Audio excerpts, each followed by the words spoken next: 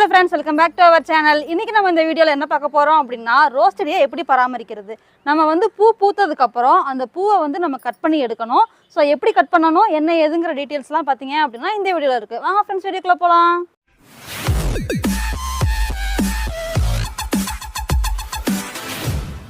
நம்மளோட மாடி தோட்டத்தில் பார்த்தீங்க அப்படின்னா 2 ரோஸ் செடியில் பூக்கள் வந்து பூத்துருக்கு. இந்த ரோஸ் செடியில் 2 பூ பூத்துருக்கு.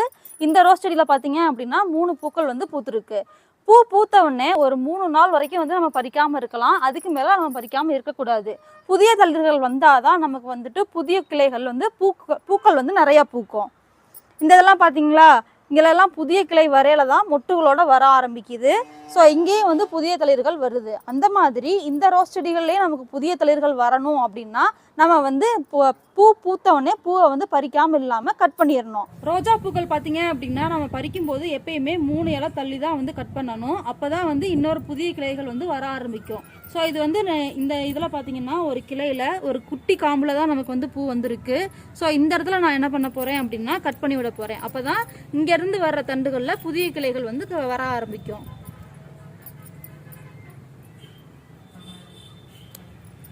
பார்த்தீங்களா, இப்படி வந்து நம்ம வந்து கட் பண்ணிட்டோம். எப்பயுமே 3 இலைக்கு கீழே கரெக்டாக பார்த்தீங்கன்னா 5 இலை இருக்கும். அதுக்கு கீழே வந்து நம்ம கட் பண்ணி விட்டோம்னா புதுசாக வரும். இங்கேருந்து தான் முளைச்சி வந்தது அப்படிங்கிறனால இந்த இடத்துல நம்ம கட் பண்ணி விட்டா இங்கேருந்து வராது. அதனால இந்த கிளையிலேருந்து வரட்டும். இங்கே புதுசாக தளிர் ஏற்கனவே வந்துட்டு இருக்கு பார்த்தீங்களா. ஸோ இதுலேருந்து சூப்பராக வந்து வர ஆரம்பிச்சிடும். அதனால நம்ம வந்து இந்த மாதிரி கட் பண்ணியிருக்கோம். ஸோ இப்போ இந்த செடியில் பார்த்தீங்க அப்படின்னா இந்த பூவையுமே அதே மாதிரி நம்ம என்ன பண்ணுறோம்னா கீழே தள்ளி கட் பண்ணுறோம். அப்போ தான் வந்து புதுசாக இந்த பக்கம் எல்லாம் குருத்துகள் வந்து நல்லா வந்து வளர ஆரம்பிக்கும். இந்த மாதிரி கட்டரில் இந்த மாதிரி சைடாக நம்ம வந்து இப்படி கட் பண்ணி எடுக்கும்போது நல்லா வந்து இந்த இடத்துல கிளைகள் வந்து வர ஆரம்பிச்சிடும். இப்போ வந்து இந்த செடியில் இந்த 2 பூவை நம்ம வந்து கட் பண்ணிட்டோம். ஸோ இந்த இதை அப்படியே நம்ம வந்து விடக்கூடாது. உங்ககிட்ட கத்தாழை இருந்தது அப்படின்னா அதை வைக்கலாம். இல்லை அப்படின்னா இந்த மாதிரி மஞ்சள் வந்து உடனே வச்சு விட்றணும். மஞ்சள் வந்து கிருமி நாசினி. அதனால வந்துட்டு இதுக்கு வந்து இந்த இடம்லாம் காஞ்சு போகாமல் இருக்கிறதுக்கு ஹெல்ப்ஃபுல்லாக இருக்கும். அதே மாதிரி பார்த்தீங்க அப்படின்னா பூஞ்சை தொற்றும் வராமல் இருக்கும். நம்மக்கிட்ட எப்பயுமே மஞ்சள் இருக்கும். இந்த மாதிரி கட் பண்ணி விட்ட உடனே எந்த பூச்செடியாக இருந்தாலுமே இந்த மாதிரி மஞ்சள் வச்சுருங்க.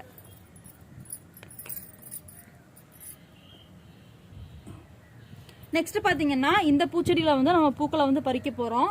ஸோ இந்த ஒரு இதில் வந்து நமக்கு வந்து 2 பூக்கள் வந்து விரிஞ்சிருக்கு. இதையுமே இந்த இடத்துல கட் பண்ணுறதை விட கீழே தள்ளி நம்ம கட் பண்ணி விட்டுட்டோம் அப்படின்னா நல்லா வந்து வளர ஆரம்பிக்கும். அதனால நான் என்ன பண்ணுறேன் அப்படின்னா இந்த இடத்துல கட் பண்ணி விடுறேன். இதுலேயுமே நம்ம என்ன பண்ணலாம் அப்படின்னா மஞ்சள் வச்சிடலாம். இந்த கிளையிலேருந்து நமக்கு எத்தனை வந்துச்சுன்னா 3 பூக்கள் வந்து வந்துச்சு. ஸோ ஒரு பூவை மட்டும் ஏற்கனவே எடுத்துருந்தேன். இப்போ இந்த 2 பூவை எடுத்துட்டோம். இந்த இடத்துல நம்ம வந்து உடனே மஞ்சள் வச்சாச்சு. இந்த பூ பார்த்தீங்க அப்படின்னா ரொம்ப அழகாக இருக்குல்ல. ஸோ இது 1 2 3 இலை தள்ளி நம்ம வந்து கீழே கட் பண்ணி விட்டுறலாம். இங்கே ஒரு இலை வந்து காஞ்சு விழுந்துருச்சு. கண்டிப்பாக இந்த 3வது இலை பார்த்தீங்க அப்படின்னா 5 இதழ் இருக்கிறதா தான் இருக்கும். அதுக்கு கீழே நம்ம கட் பண்ணி விடும்போது நல்லா வந்து புதிய தளிர்கள் வந்து ஒவ்வொரு துளிர்லையுமே நல்லா வந்து நமக்கு பூக்கள் வந்து கிடைக்கும். ஸோ இந்த மாதிரி நம்ம சைடாக வந்து இப்படி கட் பண்ணி விட்டுட்டோம் அப்படின்னா போதும்.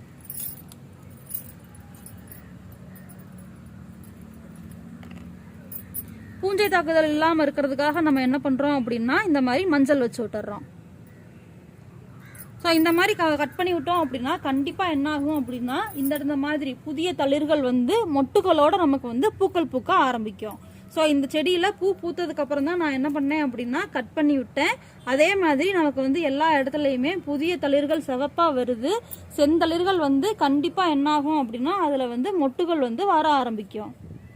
ஸோ இந்த மாதிரி தான் நீங்கள் என்ன பண்ணணும் அப்படின்னா ரோஜா பூக்கள் பூத்து முடிச்சதுக்கப்புறம் அந்த பூவை வந்து கவாத்து பண்ணி விடணும்.